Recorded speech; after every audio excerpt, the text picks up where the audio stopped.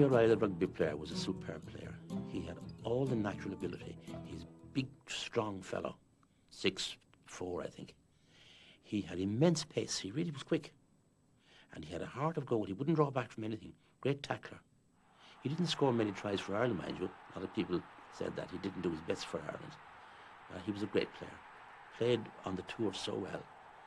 Now, Jeff Butterfield, the English centre, played inside him in South Africa and said he was the best ever. O'Reilly had all the attributes of a footballer. He was a very good soccer player.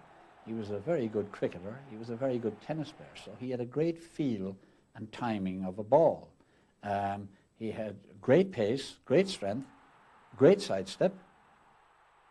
Tony O'Reilly was a very talented footballer, and in '55 in South Africa, still revered as a great wing in South Africa, and he was only, 19 at that time.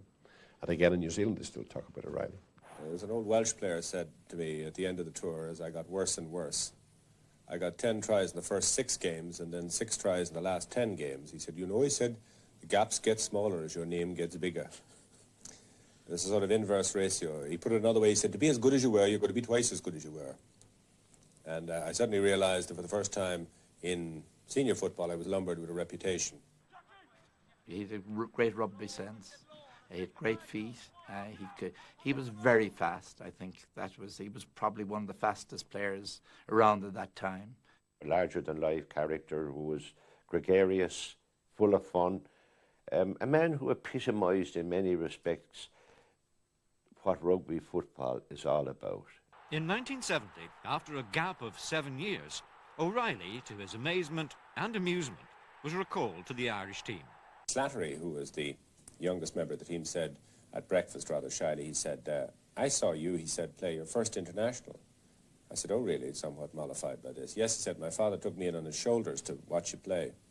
And McBride, who in fact celebrates his centenary in the same year as the Rugby Union, said to me, looking at me rather narrowly because I was fairly heavy at the time, he said, I think, he says, your best attacking move will be to shake your jowls at your opposite number, because they terrify me and I'm only having breakfast with you. As a matter of fact, I was talking to Cecil Pedlow the other night about it, and he said, God, he said it was fantastic. He said, Fielding tried to run round you twice, but the distance was too great.